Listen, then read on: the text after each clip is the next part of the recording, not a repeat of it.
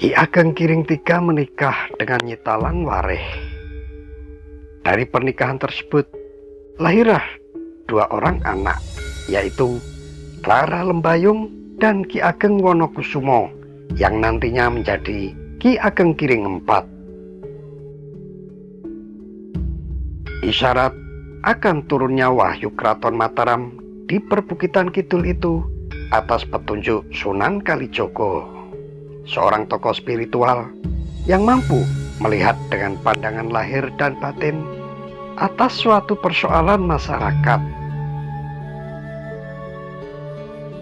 Oleh Sunan Kalijogo, Ki Ageng Kiring III dan Ki Ageng Pemanahan dianggap sebagai santri yang mampu menjalankan tirakat dengan kuat untuk menyangga negeri. Untuk mengupas keterkaitan kisah ini, tidak bisa lepas dari perjalanan Ki Ageng Pemanahan mengawal Sultan Hadiwijoyo di Keraton Pajang. Pada saat itu, Ki Ageng Pemanahan masih lingkungan di Keraton Pajang di bawah kekuasaan Sultan Hadiwijoyo atau Joko Tingkir. Alkisah setelah kemenangan Ki Ageng Pemanahan menaklukkan Aryo Penangsang di Jipang Panolan, belum mendapatkan hadiah dari Sultan sebagaimana dijanjikan dalam sayembara, bahwa barang siapa yang bisa mengalahkan Aryo Penangsang akan mendapat hadiah tanah perdikan yang luas. Ki Penjawi sudah diberi hadiah tanah di Pati, Jawa Tengah, sementara Ki Ageng Pemanahan yang sebenarnya paling berhak malah belum mendapatkan haknya. Karena kecewa hatinya, Ki Ageng Pemanahan lantas pergi dari istana. Ia menuju ke rumah sahabatnya Ki Ageng Kiring III di daerah Gunung Kidul. Ki Ageng Kiring terkenal sebagai seorang petani, pertapa sekaligus penyadap nira air kelapa. Bersamaan dengan itu, Sunan Kalijogo dawuh bahwa kelak Wahyu Gagak Emprit akan turun di tengah pegunungan selatan dalam sebuah air degan. Namun kapan wahyu itu akan turun, Kanjeng Sunan tidak pernah menjelaskan. Oleh sang guru, Ki Ageng Pemanahan kemudian disuruh melakukan tirakat di daerah yang terdapat pohon mati yang berbunga. Pohon mati yang berbunga itu ditemukan oleh Ki Pemanahan yang sekarang disebut Kembang Lampir, wilayah Panggang, Gunung Kidul. Adapun Ki Ageng Kiring yang tinggal di daerah Palian, Gunung Kidul, disuruh menanam sepet atau sabut kelapa yang kering, yang kemudian tumbuh menjadi pohon kelapa yang menghasilkan degan atau buah kelapa muda. Sabut kelapa kering yang secara nalar tidak mungkin tumbuh, namun atas kehendak Tuhan yang Maha Kuasa tumbuh menjadi sebuah pohon kelapa yang tinggi. Selama bertahun-tahun pohon kelapa itu dirawat dan dijaga Ki Ageng Kiring di pekarangan rumahnya hingga menjadi tinggi dan besar.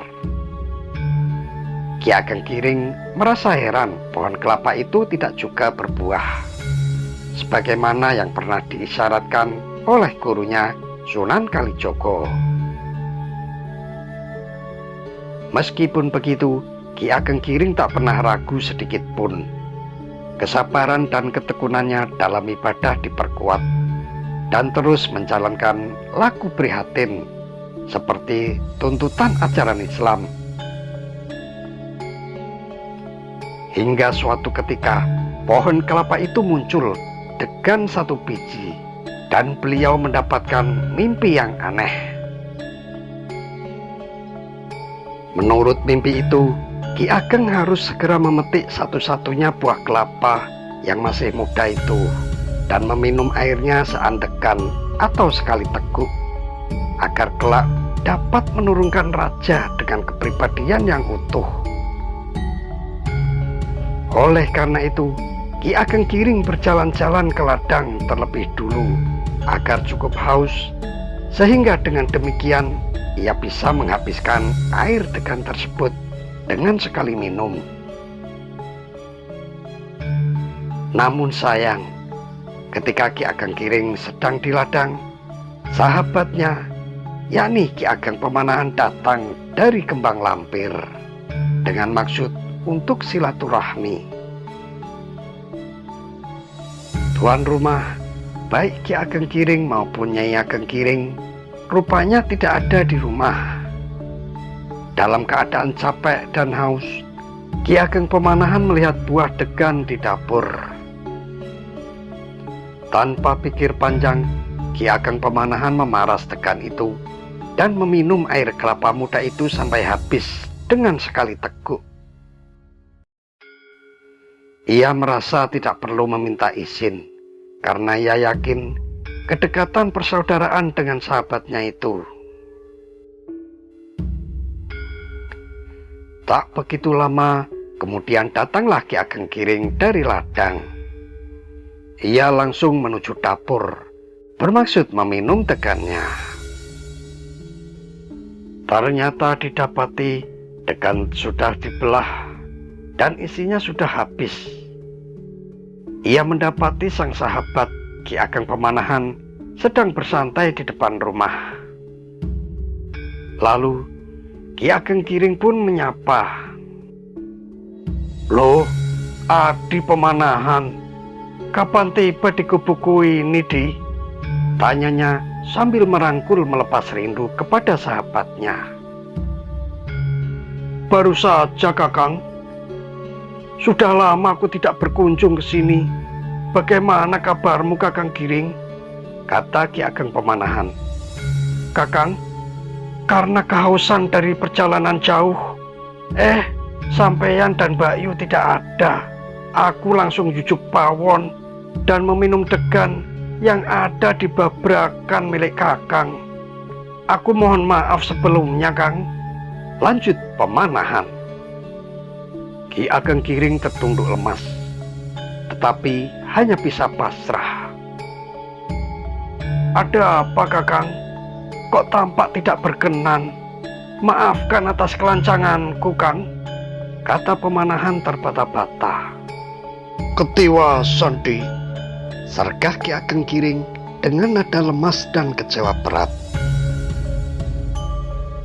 "Sebenarnya, Di, degan tersebut merupakan wahyu yang telah aku padi dengan tapa brata yang sulit untuk mendapatkan kemuliaan bagi anak cucuku kelak di kemudian hari." Ia kemudian menceritakan mengenai wahyu gagak emprit yang diperolehnya berwujud degan tersebut. Dengan besar hati, akhirnya ia berkata, "Di, barangkali ini semua memang sudah menjadi titahing Gusti, sehingga aku harus rela anak cucumulah kelak yang akan menjadi penguasa di tanah Jawa ini.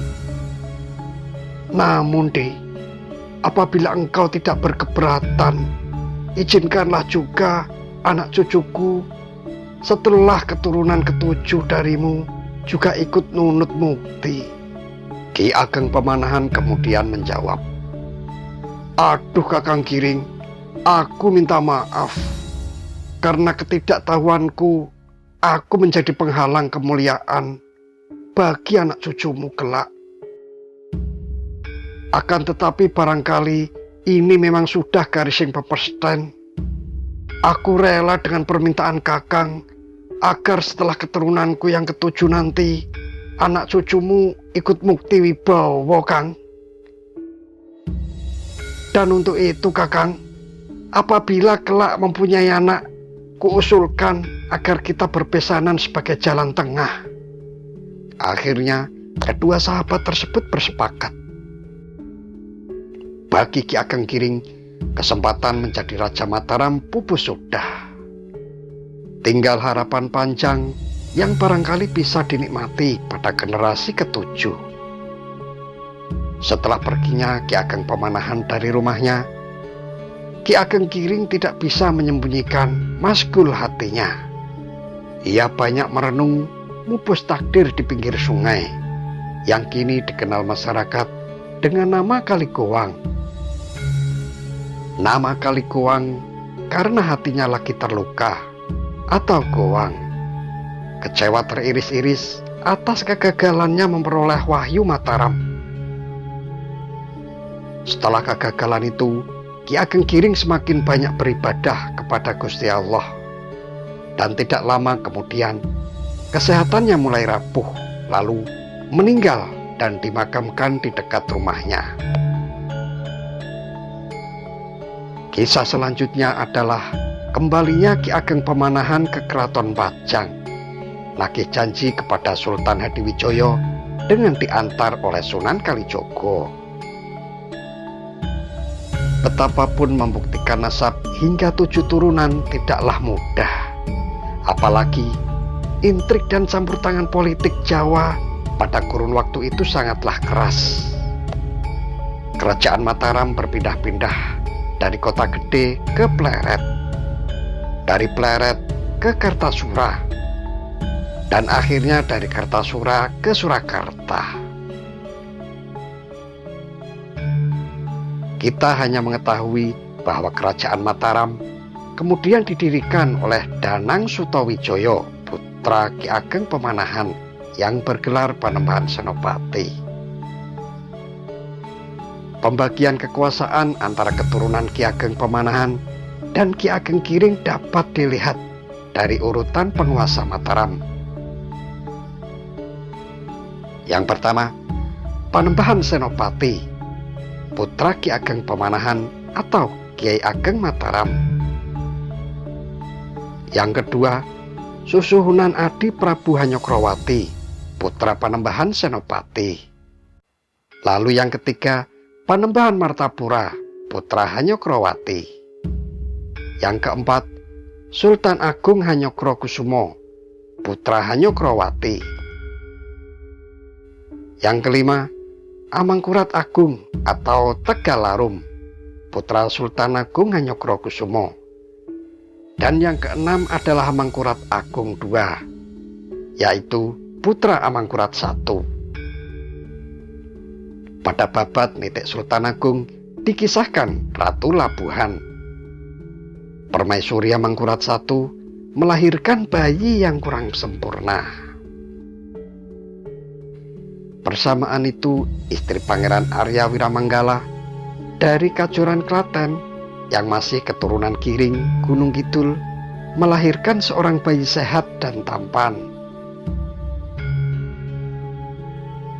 Amangkurat I yang mengenal Panembahan Kajoran sebagai orang sakti lalu menitipkan anaknya. Panembahan Kajoran merasa inilah momentum untuk menjadikan keturunannya sebagai raja. Dengan cerdik, bayi Wiramanggala, kelak yang jadi Pangeran Puger, dikembalikan ke Amangkurat I dengan menyatakan upaya penyembuhan berhasil. Singkat cerita, ketika Amangkurat III naik tahta, muncul pergolakan yang terjadi dari dalam istana. Rakyat ketika itu juga meyakini bahwa wahyu keprabon jatuh kepada Pangeran Puger, pamannya. Amangkurat III juga punya tabiat yang buruk. Dirinya mudah marah, kerap bertindak sewenang-wenang, dan terkenal sebagai seorang hidung belang. Akhirnya dirinya hanya 3 tahun memerintah Mataram dan menyerahkan kekuasaannya kepada pamannya. Dengan demikian menjadi benarlah bahwa pada urutan yang ketujuh, keturunan Ki Ageng Giringlah yang menjadi Raja Mataram. Meskipun silsilah itu diambil dari garis perempuan, namun tetap saja Pakubuwono I adalah raja yang berdarah Giring. Pada tahun 2015 silam, Sultan Hamengkubuwono X mengeluarkan Sabda Raja yang salah satu poinnya adalah menyatakan perjanjian antara Ki Ageng Pemanahan dan Ki Ageng Giring telah selesai. Dasare perjanjian Ki Ageng Giring sampun rampung, boten saged dipunewahi. Artinya perjanjian antara Ki Ageng Giring sudah selesai, dan itu tidak bisa diubah, kata Sultan. Sultan juga menjelaskan, Mataram Lama adalah dari zaman Kemarok Singosari sampai Kerajaan Pajang. Sedangkan Mataram Baru berdasar pada perjanjian antara Ki Ageng Pemanahan. Sekarang perjanjian itu sudah berakhir dan sudah tidak ada lagi perpisahan antara Mataram Lama dengan Mataram Baru.